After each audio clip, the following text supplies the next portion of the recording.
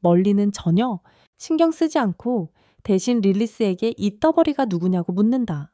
릴리스는 그녀를 쓰레기급 영웅이라고 부르며 왕국이 그들을 사냥하기 위해 보낸 것이라고 답한다.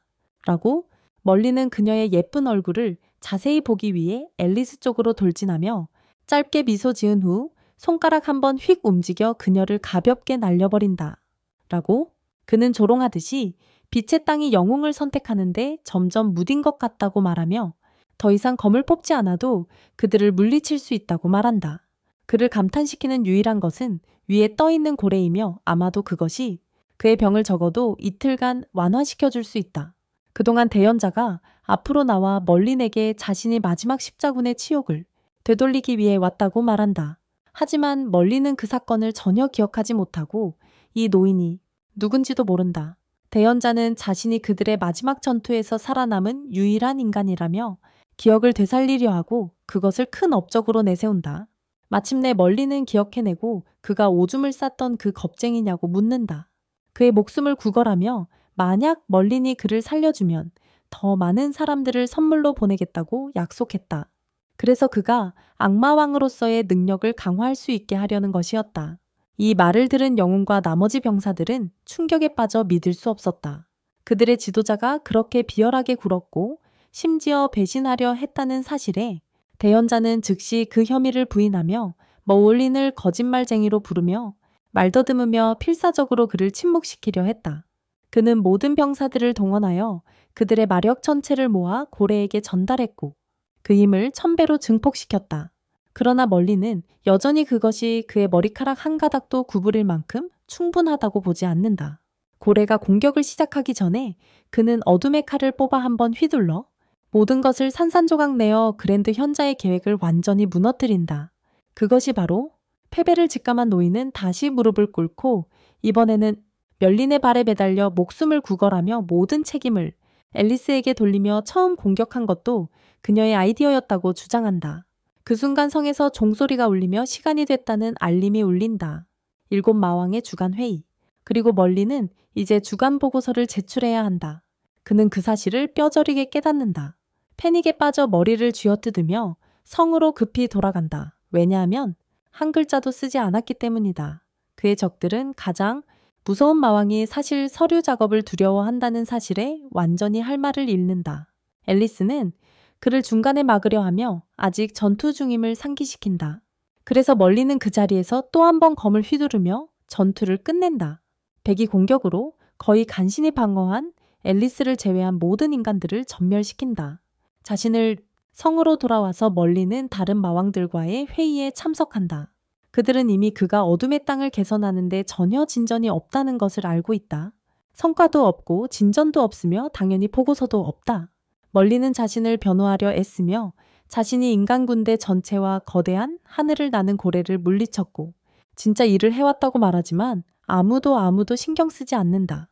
그들은 숫자와 이익을 원한다. 궁전 운영에 돈이 필요하니까 죽은 시체가 아니라 그들은 그에게 다른 마왕들이 얼마나 기여했는지를 보여주며 그들과 비교해 멀린이 아무것도 하지 않고 게으름만 피웠다는 것을 아주 분명히 한다. 그들은 그를 역사상 최악의 마왕이라 부르며 다음 주 예산을 깎기로 하고 마침내 그가 폭발할 때까지 조롱한다.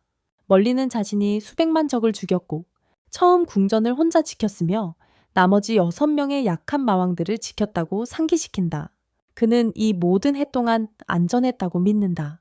그는 아무도 흉내낼 수 없는 위협이라고 생각하며 그들에게 질문을 멈추라고 말한다.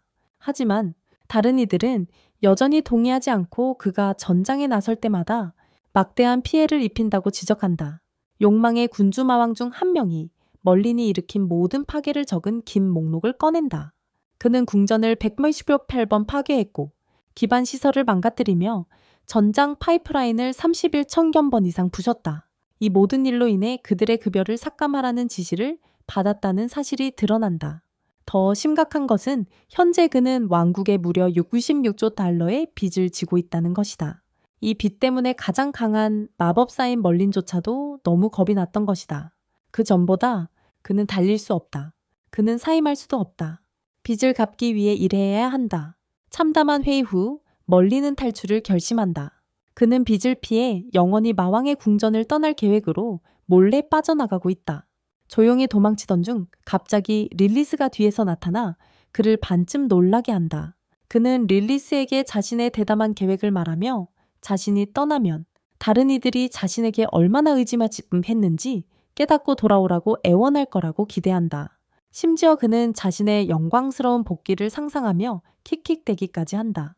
하지만 릴리스는 그가 해고된 줄 알았고 멀리는 그가 저주받은 심장을 고치기 위해 스스로 사임했다고 주장한다.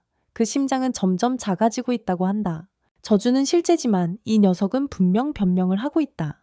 통증을 일시적으로 완화시키는 유일한 방법은 강력한 적을 처치하는 것이라고 한다. 강력한 적을 처치하는 것. 그는 이제 세상을 여행하며 가장 강한 적들을 사냥해 저주를 완전히 풀겠다고 주장한다. 릴리스는 그 말을 믿지만 여전히 그가 떠나는 걸 원치 않는다. 그녀의 오빠가 싸움 외에는 아무것도 못해서 밖 세상에서 하루도 살지 못할 거란 걸 알기에 계속 그에게 머물라고 강하게 권한다. 그는 자신이 다른 마왕들에게 66조의 빚을 지고 있으며 그 빚을 갚아야 한다고 밝힌다. 여기 더 오래 있으면 빚을 갚으려고 죽도록 일해야 할 거야. 이 말을 듣고 릴리스는 즉시 마음을 바꿔 그를 보내며 새로운 직장을 찾아 빚을 갚을 만큼 돈을 벌고 나서야 돌아오라고 한다. 빚지다. 한편 전장에선 앨리스가 릴리스에게 들키지 않으려고 죽은 척한다. 릴리스는 아무렇지 않게 주변을 어슬렁거리고 있다. 즉 다른 이들이 모두 무너져 사라진 지금 앨리스만이 전장에 남아있으니 릴리스가 그녀를 분명히 알아차릴 것이다. 릴리스도 그렇지만 그녀는 앨리스가 죽었다고 생각하며 그런 예쁜 얼굴이 이렇게 빨리 사라졌다는 게 안타깝다고 중얼거린다. 그녀 같은 예쁜 얼굴이 이렇게 빨리 가다니 안타깝다고 앨리스의 시신을 궁전으로 가져가 그녀의 피규어 수집품 일부로 삼을까 생각한다. 하지만 그 갑옷을 입은 채로 옮기는 건 번거로울 거다. 그래서 대신 머리만 가져가기로 결심한다. 하지만 그녀가 무력화시키려는 순간 앨리스가 움찔하며 피한다. 릴리스는 크게 웃음을 터뜨리며 앨리스가 단지 속이고 있었다는 걸 알고 있었음을 드러낸다. 이번에는 릴리스가 농담을 그만둔 거야. 그녀는 동생 앞에서 자신을 창피하게 만든 앨리스를 벌주고 싶어해. 자신이 이길 수 없다는 걸 알자 앨리스는 도망쳐.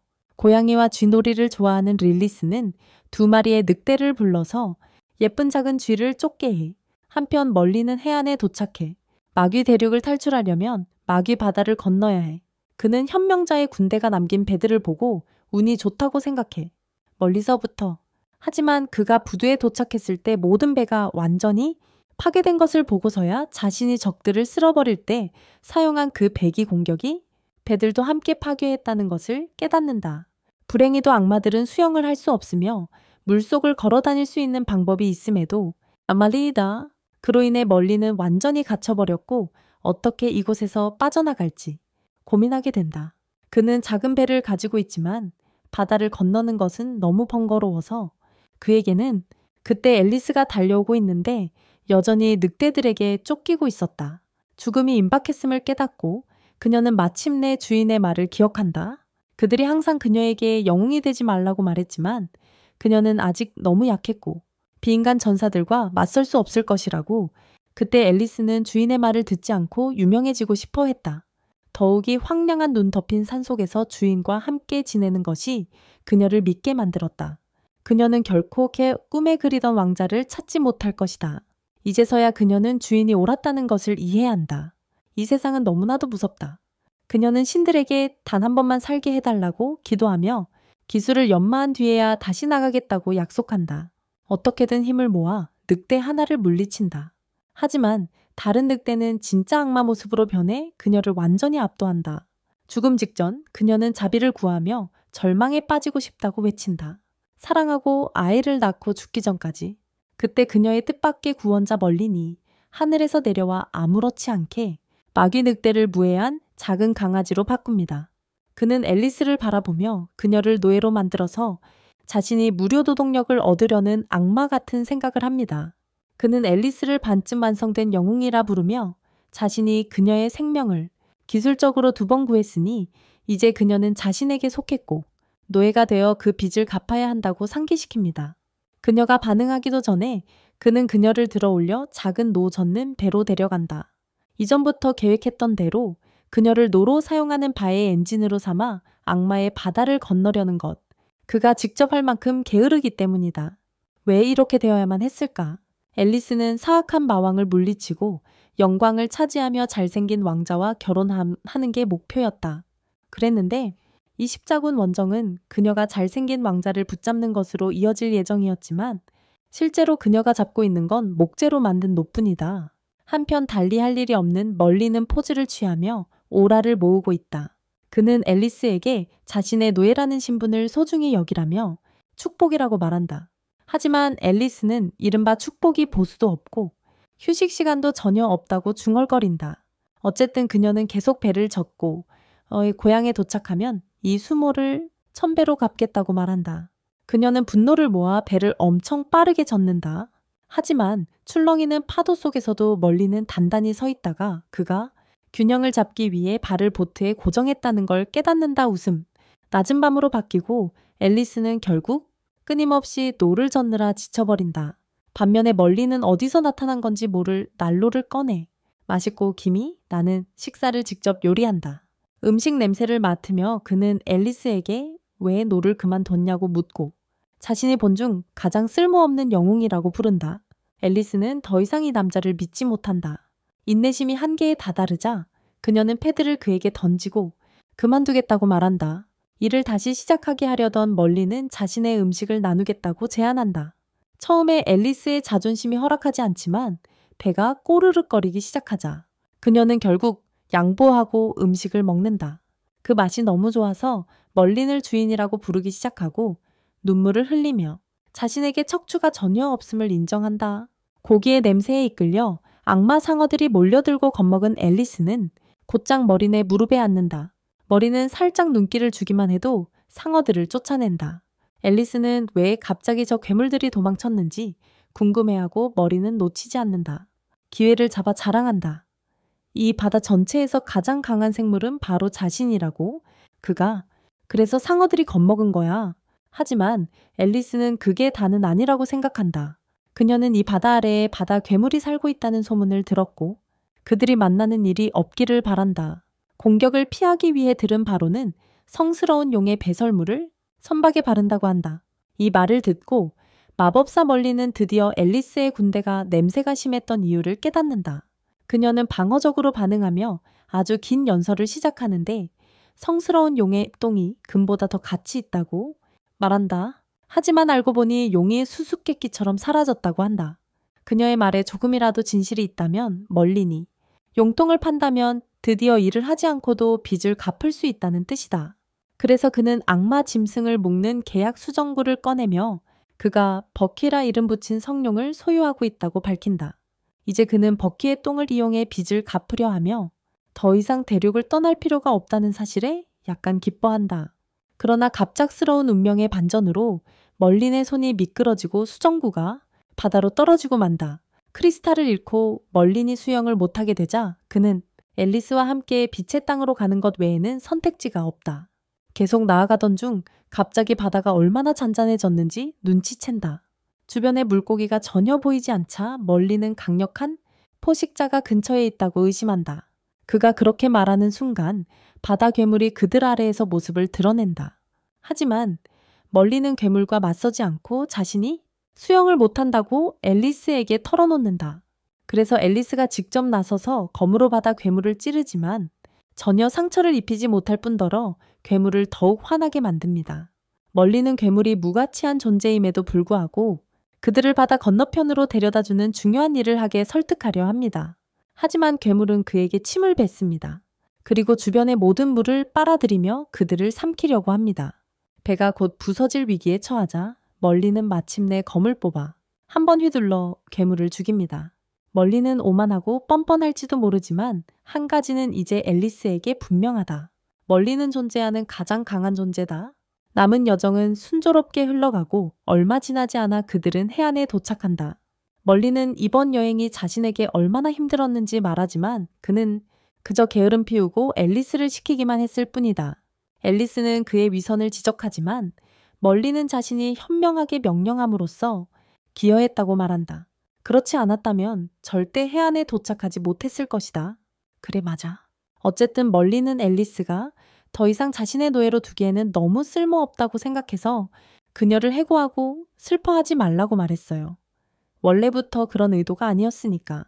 그 말이죠. 그는 이 남자의 뻔뻔함에 정말 믿기지가 않아요. 그녀는 그에게 소리치며 다시는 그의 얼굴을 보고 싶지 않다고 말하고 다른 길로 돌아서요. 그런데 멀리는 다시 그녀를 멈추게 해요. 왜냐하면 그녀에게 다시 한번 도움이 필요하거든요. 이번에는 그녀에게 갑옷을 벗어달라고 부탁하고 그녀가 저항하자 그가 벗긴다. 그 자신이 그녀의 신성한 비밀을 보기 위해서가 아니다. 사실 그는 돈이 없어서 앨리스의 미스릴 갑옷을 팔아서 돈을 벌려고 한다. 그는 그가 다시 받아 괴물을 물리쳐 그녀를 구했으니 자격이 있다고 생각한다. 그리고 달려가서 결국 앨리스를 해변에 홀로 남겨둔다. 한편 그의 성에서는 릴리트가 빈둥거리며 놀고 있는데 그녀는 그의 절망적이고 쓸모없는 오빠가 세상 밖의 삶이 얼마나 힘든지 깨달은 후 그저 다시 그녀에게 기어들어올 것이라고 믿는다. 앨리스가 도시로 돌아왔을 때 그녀는 따뜻하게 환영받지 못하고 끌려가 법정에 서서 동료들의 죽음에 대한 책임을 물었다. 판사는 머린을 정복하기 위해 파견된 군대가 완전히 전멸한 것이 그녀의 무능함 때문이라고 선언한다. 그 군대는 완전히 전멸했다. 게다가 그녀는 대대로 영웅들에게 전해져 내려온 미스릴 갑옷도 잃었다. 그 갑옷을 처벌로 판사는 그녀의 영웅 자격을 박탈하고 왕국에 5천만 골드를 보상하라고 명령한다. 앨리스는 자신의 갑옷이 마왕에게 빼앗겼다고 변명하며 자신을 변호하려 하지만 그 변명은 모두 무시당한다. 판결은 이미 확정되었다. 1년이 지나고 앨리스는 한 배 위에서 그녀보다 한 단계 위인 성스러운 눈물 계급의 두 해적과 싸우고 있다. 그녀는 인질로 잡힌 시장의 딸을 구하러 왔지만 싸움이 너무 서툴러서 해적들이 전투 중간에 웃음을 터뜨리며 그녀를 마무리하려 한다. 바로 그 순간이다. 예상치 못한 일이 일어난다. 남자가 갑자기 두 해적 위에 착지하며 그들을 발 아래 짓누른다. 그는 두 성수 해적이 어디로 갔는지 소리내어 궁금해하지만 자신이 착지하는 순간 그들을 짓누른 사실을 깨닫지 못하고 앨리스는 그들이 바로 그의 발 아래에 있다고 알려준다. 그렇다. 그는 인간으로 변장한 멀리님이 분명하며 그는 해적들이 성수였다는 소식을 듣고 그들을 처치하여 자신의 저주로 인한 고통을 무디게 하려 한다. 그를 추적하고 있다. 공격하기 전에 멀리는 두 해적에게 정중하게 사과하며 개인적인 감정은 아니라고 말한 뒤 검을 뽑아 단 한 번에 배기로 그들을 쓰러뜨린다. 그 배기는 거대한 충격파를 일으켜 앨리스가 호출한 지원 함선들도 파괴한다. 아직 그의 얼굴을 본 적 없는 앨리스는 그를 마왕으로 인식하지 못하고 이 신비로운 모험가와의 로맨틱한 만남을 상상하기 시작한다. 그녀는 천천히 그의 얼굴을 보고 싶어하며 그에게 다가간다. 하지만 머리는 그녀가 가까이 다가가기 전에 슈퍼맨처럼 날아가 버린다. 얼마 지나지 않아 한 뉴스 기자가 사건에 대해 생방송 보도를 하며 전국에 알려진 신비한 범죄자 나이트블레이드가 구조 함대 전체를 전멸시켰다고 대중에게 알린다. 앨리스는 기자에게서 마이크를 빼앗아 전혀 원하지 않는 의견을 내놓는다. 나이트블레이드는 범죄자가 아니라 성스러운 눈물 해적단을 무찌른 영웅이라고, 그렇다고 그녀는 그에 대해 감탄하며 이렇게 강하고 우아한 사람은 본 적이 없다고 말하기 시작한다. 검객에게 진심으로 감탄하며 그녀가 얼마나 그를 존경하는지 인정한다. 어쨌든 앨리스는 집으로 돌아와 250골드를 저축하며 총 저축액을 10,000 골드로 늘린다. 그녀는 드디어 진전을 이루었다고 생각하며 흥분하고 빚을 청산하려면 사로무구 우지구궁 가움 턴전 골드만 더 있으면 된다고 생각한다. 그때 그녀는 자신이 얼마나 진짜로 곤란한 상황인지 깨닫는다. 그녀는 머리니 자신의 명성을 망쳤을 뿐만 아니라 절대 갚을 수 없는 빚까지 떠안겼다며 저주한다. 그녀는 분노에 휩싸여 책상에 내리쳐서 우연히 그녀의 길드에 물을 쏟는다. 그녀는 조심스럽게 다시 검토하던 의뢰서에 5,000 골드 현상금이 걸린 사람을 발견한다. 그는 남쪽에서 계속 빈둥대고 있다고 한다. 물론 이 사람은 멀린이고 그의 건방진 미소가 더 분명하게 만든다.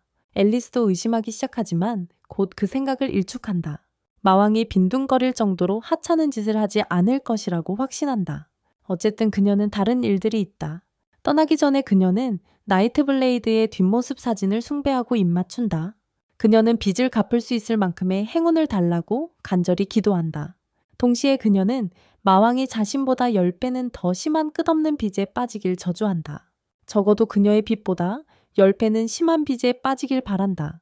그나저나 멀리는 지난 1년 동안 수배범으로 꽤 유명해졌다.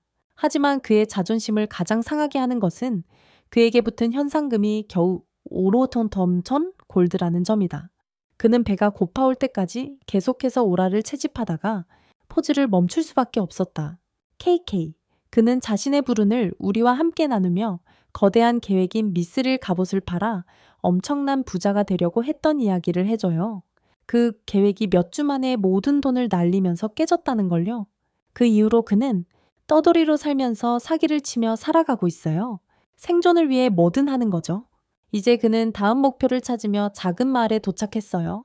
그런데 들어가려는 찰나 두강도가 다가오고 그가 소지품을 요구하기 전에 멀리는 우노 리버스 카드를 내밀며 그들의 것을 요구해 그들을 혼란스럽게 만든다. 그들은 자신들이 실수로 다른 도둑과 마주친 건 아닌지 궁금해한다. 그는 완전히 빈털털이라고 주장하지만 도둑들은 그의 검을 원한다. 멀리는 그들을 겁주려 하며 검을 뽑으면 그들의 쓸모없는 얼굴이 지워질 거라고 경고한다. 하지만 그들은 그가 허세를 부린다고 생각하며 비웃는다. 도둑들 중 한 명은 멀린에게 진정한 기술이 무엇인지 보여주겠다며 멋지게 사과를 깎아 보인다. 다른 강도는 감탄하는 동안 마법사 멀리는 아마도 가장 위대한 검객이 살아있는 것인데 그렇지 않다.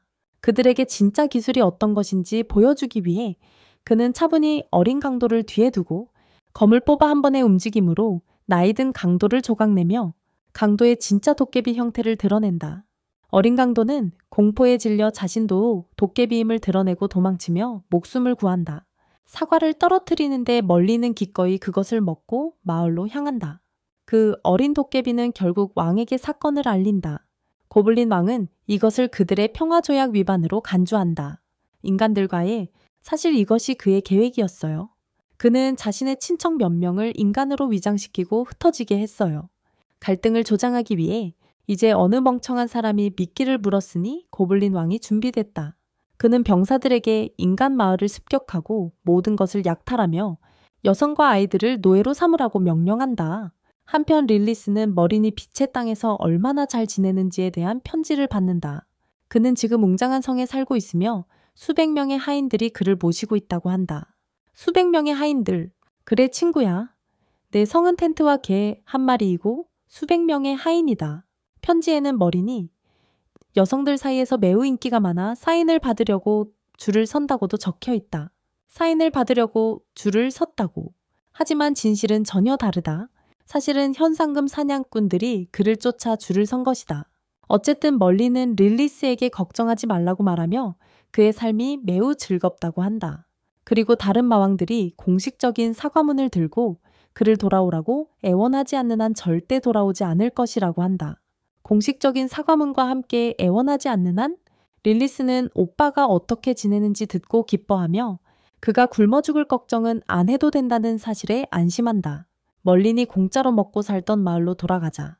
그는 이미 한 가게에서 일을 끝내고 그 가게의 하인장을 물리친 상태다. 가게 주인은 멀린을 알아보고 겁을 먹지만 멀린은 기꺼이 그를 놓아준다. 그의 멋진 얼굴을 제대로 볼 수 있게 해주려고 마침내 누군가가 그가 첫 번째 마왕의 궁전에서 온 자부심의 지배자임을 깨달았다고 생각했다.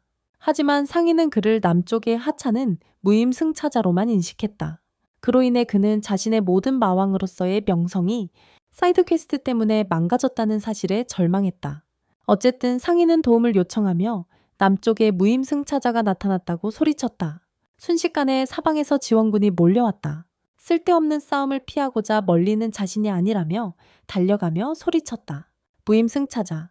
돌아가는 길에 그는 자신의 외모에 감탄한 아이를 만나 좋은 공연을 하면 돈을 주겠다고 제안받는다. 멀리는 아이를 위해 쇼를 하기로 결심하지만 마지막 순간에 검을 뽑지 않는다. 검을 뽑는 것을 참는다.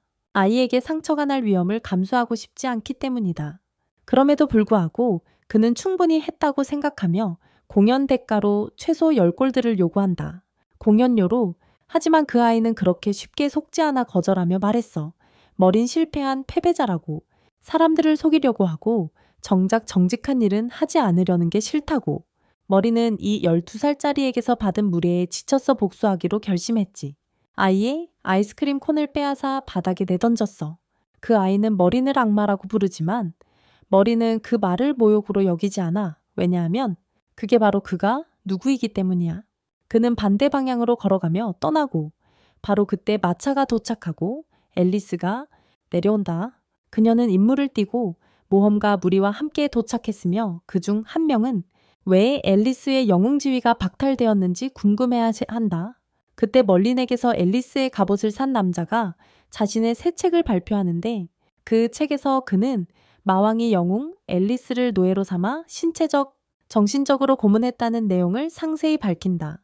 아마도 그가 미스릴 갑옷을 살 때 멀린에게서 직접 모든 이야기를 들었을 것이다. 앨리스는 자신이 듣는 말을 믿을 수 없었고 무리 속 소녀에게 그런 일은 전혀 없었다고 설득하려자 하지만 그 소녀는 낯선 사람을 믿으며 서점 주인은 더 동정을 보이며 모두가 잊고 싶은 과거를 가지고 있다고 말한다. 완전히 명성이 망가지는 것을 원하지 않은 앨리스는 서점 주인에게 그 멍청한 책 판매를 중단하라고 요구하지만 이미 오리봉만 부 이상 팔렸다는 사실을 알게 된다.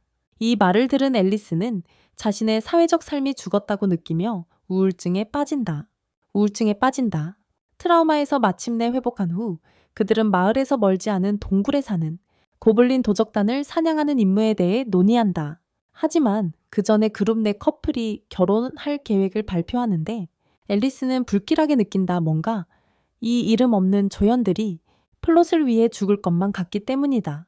커플은 미래에 대해 이야기하며 마지막 임무 은퇴 고향으로 돌아감 같은 복선 깃발들을 계속 터뜨리지만 아무 일도 일어나지 않을 거라고 한다. 앨리스는 그들을 조용히 시키려 최선을 다하지만 실패하고 그들의 임무를 허락한다. 그녀 자신은 다른 임무를 수행 중인데 남부의 무임승차자를 찾는 것이다. 그런데 그 무임승차자는 멀린이 선술집에서 메뉴에 있는 모든 음식을 먹고 있다. 그가 살금살금 발끝으로 몰래 나가려고 해요. 하지만 매니저 마색에 들키고는 변명하기를 자기 가게에 취직하려고 한다고 해요. 그는 자신이 왕립 아카데미 졸업생이라 주장하며 수많은 가짜 기술을 나열해요. 심지어 평생 빚진 적이 없다고도 덧붙입니다. 하지만 마사는 여전히 감명을 받지 않고 그가 웨이터로 적합하지 않다고 생각해요. 그래서 그를 설득하기 위해 욕망의 지배자에게 배운 기술을 사용하고 말 그대로 디스코 춤을 추기 시작합니다. 이 춤이 이 애니메이션 오프닝 곡에 나오다니 정말 좋아. 정말 멋지다. 드디어 보스인 마사라는 사람이 감탄했고 아마도 머린을 남편으로 생각하는 것 같아. 그녀는 그를 고용했어. 한 교대당. 금 1개와 판매된 음료의 15% 수수료를 제한하며 그녀는 그에게 제안했어. 그냥 따라하는 척하던 머리는 이제 정말 이 일에 관심이 생겼어. 마사라는 그에게 그날 밤부터 일하라고 하고 자연스럽게 말했어. 그의 첫 월급에서 식비를 공제했다. 그녀는 아들 헨리를 소개하는데 알고 보니 그 아이는 전에 봤던 바로 그 아이였다. 하지만 이번에는 마사 덕분에 헨리가 멀린을 모욕하지 못한다. 어쨌든 멀린의 근무 시간은 몇 시간 뒤에 시작되므로 지금은 헨리가 그를 객실로 데려간다. 가는 길에 멀린은 이전 일을 만회하려고 헨리에게 예전 일을 잊는다면 궁극의 칼날 공격을 무료로 가르쳐 주겠다고 약속한다. 하지만 헨리는 평생 한 번뿐인 이 제안을 거절하며 멀린조차 검을 휘두르는 법도 모른다고 주장합니다.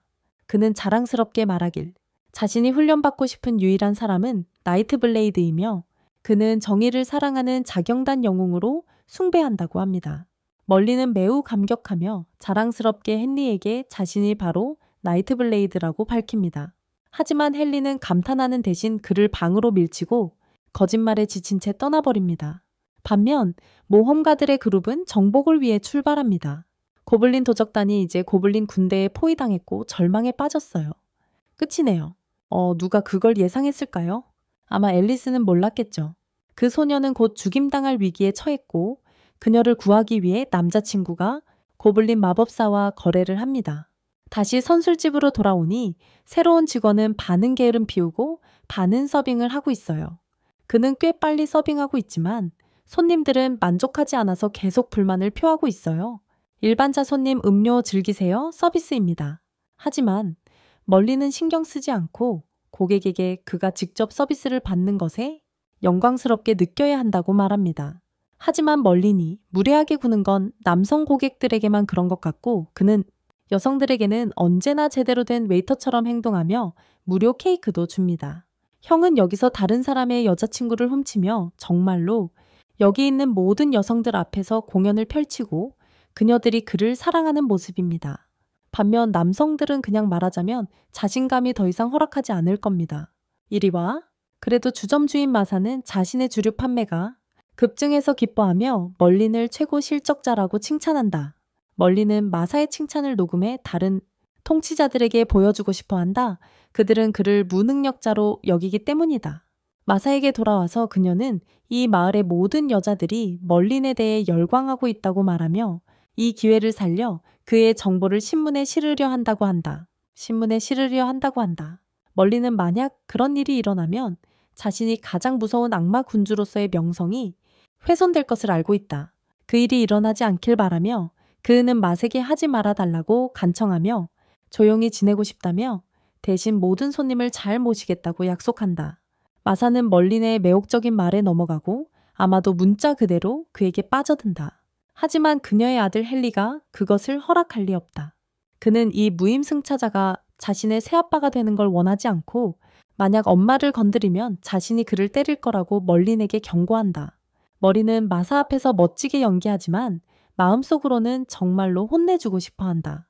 이 버릇없는 아이를. 나중에 애리스는 길거리에서 무료탄을 찾으며 돌아다니다가 큰 소리로 나무를 때리던 헨리를 엿듣게 된다. 헨리가 말하길.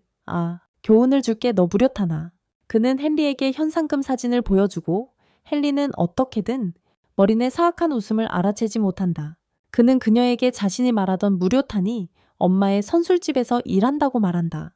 그는 여자들을 속여서 술을 사게 만들고 몇 일 만에 그들의 연간 수익의 절반을 벌었다고 말하죠. 앨리스는 그 남자가 찾던 프리로더가 아니라고 생각하지만 마을 사람들은 그가 여자들을 훔치고 있다고 생각해서라도 교훈을 주라고 원해요. 그래서 그들은 그 말을 가득 담은 자루를 제안하고 앨리스는 이 새로운 일을 받아들여 웨이터를 조사하러 술집으로 가는데 그 사람은 데이지 더 참어라는 이름으로 알려져 있어요. 그녀입니다. 그녀가 선술집에 들어서자 온 곳이 혼란에 빠져 있는데 주로 여성들이다.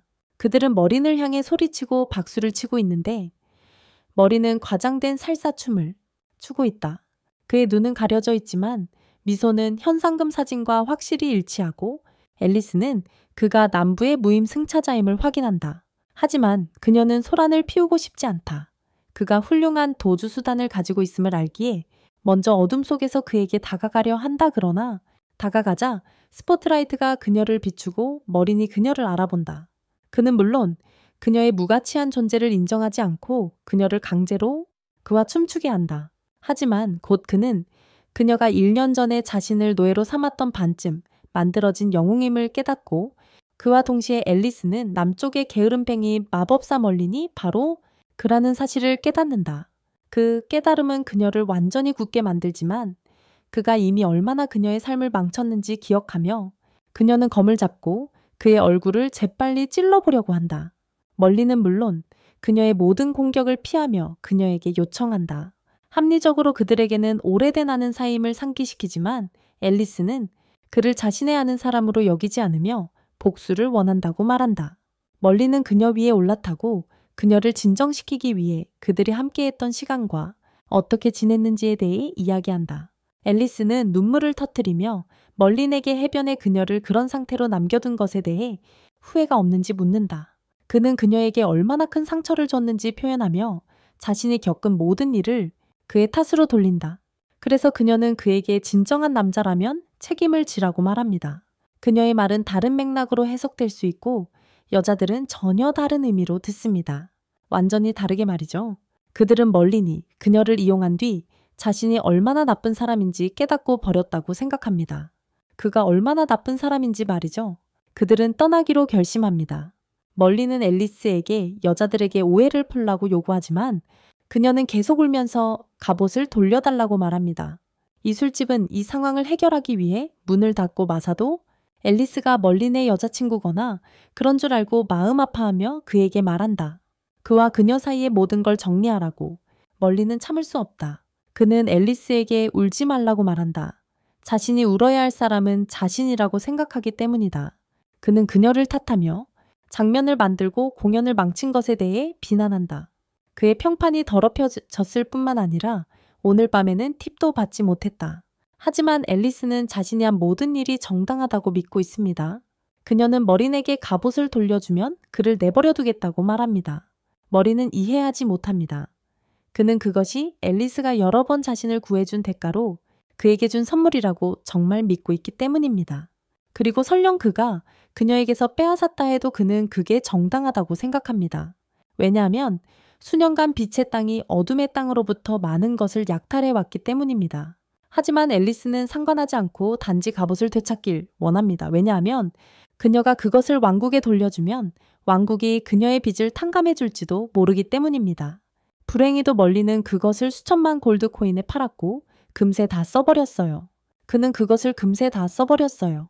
하지만 그는 그녀에게 걱정하지 말라고 말하며 그녀의 갑옷은 단지 쓰레기라고 했어요. 그냥 쓰레기였어요? 앨리스는 여전히 신경 쓰지 않으며 멀린이 어떻게든 그녀에게 갑옷을 돌려주지 않으면 체포하겠다고 위협해요. 그녀의 위협을 듣고 멀린은 악당처럼 웃기 시작해요. 왜냐하면 그녀가 농담하는 게 아니니까요. 그녀의 위협을 들은 멀린은 악당처럼 웃기 시작한다. 왜냐하면 그녀가 농담하는 게 아니니까. 농담이 아니니까요. 그는 한 번의 일격으로 받아 괴물을 물리쳤다는 사실을 그녀에게 상기시킨다. 그 일격은 그녀의 나라에서 가장 강력한 해군을 놀라게 했고 그들은 배에 용똥을 놓을 정도였다. 배에 용똥을 놓았다. 그러니 그녀나 이 나라의 누군가가 그를 체포할 수 있다고 생각한다면 바보일 것이다. 앨리스도 그것을 깨닫고 검을 버린다. 그녀는 멀린에게 국가에 5천만 골드의 빚이 있다고 말한다. 멀린은 감탄한다. 오랫동안 그는 여기저기서 몇천 골드 동전만 빚지고 있다. 그리고 그녀가 어떻게든 5천만을 모았다는 사실이 그에게는 미친 일처럼 느껴진다. 하지만 그가 깨닫지 못하는 것은 이 모든 게 그의 잘못이라는 것이다. 그녀는 상심한 채로 마침내 그에게 모든 것을 설명한다. 왕국이 그가 훔친 갑옷을 잃어버렸다는 이유로 그녀에게 거대한 빚을 지웠다는 것과 그 사실을 그리고 그녀가 빚을 갚기 위해 모험가 길드에 가입해 고위험 임무를 맡아 돈을 모아야 했던 것, 그 모든 이야기를 멀리는 앨리스의 우울한 이야기를 완전히 무시하고 자신의 집중을 맞춘다. 모험가 길드에 가서 정말 높은 보상과 성급 적들이 있는지 그녀에게 묻는다. 적들이 그는 생존을 위해 돈과 강한 적 모두가 필요해서 이 기회를 놓칠 수 없다. 기회를 그래서 그는 자신이 어떻게 모험가가 될 수 있는지 알려달라고 앨리스에게 요청한다. 과정을 배운 후 그는 그들이 오랜 친구라며 그녀에게 잘 봐달라고 호감을 보인다. 그리고 자신의 어린 시절 꿈이 모험가가 되는 것이었다고 말한다. 라고 한다. 솔직히 말해서 브로는 프로 거짓말꾼이야. 앨리스는 그의 거짓말을 눈치채고 그저 사라지라고 말하지. 한편 마사라의 아들 헨리는 화가 나서 마을의 문 주위를 돌아다니고 있어. 밤 늦게까지도 그 더러운 무임승차자를 다시 찾지 않으려고 그 순간 이전에 도깨비 마법사와 거래한 그 남자가 문으로 와서 경찰에게 문을 열라고 말해. 대개 자정에는 문을 열 수 없다는 규칙이 있는 것 같아. 하지만 그 사람은 경비원에게 예외를 허락해달라고 하고 자신이 임무에서 동료들을 모두 잃었으며 간신히 가까스로 빠져나왔다고 말한다. 그래서 경비원은 그를 들여보내지만 뒤에 숨어있는 고블린 군대가 있다는 사실은 모른다. 문이 열리자 고블린들이 전면 공격을 개시하고 그 사람과 거래한 마법사가 먼저 공격하며 그에게 동료들에게 합류하라고 말한다. 왜냐하면 고블린은 절대 협상하지 않기 때문이다. 문이 열리자 고블린들이 전면 공격을 개시하고 마법사는 먼저 그를 공격하며 그에게 자신의 동료들과 함께 하라고 명령한다. 그들은 노예이기 때문이다. 왜냐하면 고블린은 절대 협상하지 않기 때문이다. 그는 그와 거래한 마법사가 먼저 공격하며 그에게 동료들과 합류하라고 말한다. 왜냐하면 고블린은 절대 협상하지 않기 때문이다. 헨리는 모든 것을 엿듣고 재빨리 건초더미 뒤에 숨어버린다. 목숨이 두려워서 한편 앨리스는 진정하기 위해 밖으로 나가 왜 그 악마 군주 스트리퍼 댄서가 이제 모험가가 되고 싶어 하는지 궁금해 한다. 그녀는 그가 왜 갑자기 모험가가 되고 싶어 하는지 의아해 한다. 그녀는 더 이상 오대연 전태여 목골들을 받을 수 없다는 사실에 속상해 한다. 멀린을 잡는 건 사실상 불가능하기 때문이다. 멀린을 잡는 건 거의 불가능하다. 그녀가 확신하는 유일한 것은 그와 다시 엮이면 오히려 부름만 불러올 거라는 점이다. 지금 그녀가 가진 유일한 희망은 꿈의 왕자 나이트블레이드를 만나는 것이다. 그녀를 이 악마로부터 구해줘. 좌절감을 토한 후 그녀는 주변을 둘러보고 알아차린다. 이웃집들이 불타고 있다는 것을. 한편 두 고블린 야수들이 선술집으로 돌진한다. 멀리는 손님인 척하며 그들을 맞이한다. 그러나 고블린들이 약탈하러 왔다고 선언하자 멀리는 그들을 내보내고 손님들에게 당황할 필요 없다고 안심시키며 다시 한번 그들의 마음을 사로잡는다. 또다시 마사는 왜 밤이른 시간에 고블린들이 나타나는지 궁금해하며 걱정에 빠진다. 아직 집에 돌아오지 않은 아들 헨리를 위해서다. 그녀는 밖으로 급히 나가며 머린에게 선술집 일을 맡기고 그는 계속 몰려오는 고블린 무리를 스스로 처리하기로 한다. 한 마리씩 그들을 물리친 후 그는 검을 들고 마사를 돕기 위해 나선다. 왜냐하면 마사가 다치면 자신이 일한 보수를 받지 못하기 때문이다. 마사는 거의 아들과 재회할 뻔했지만 고블린들이 먼저 그녀를 잡아 끌고 간다. 그녀를 노예로 만들기 위해 그녀를 보내다.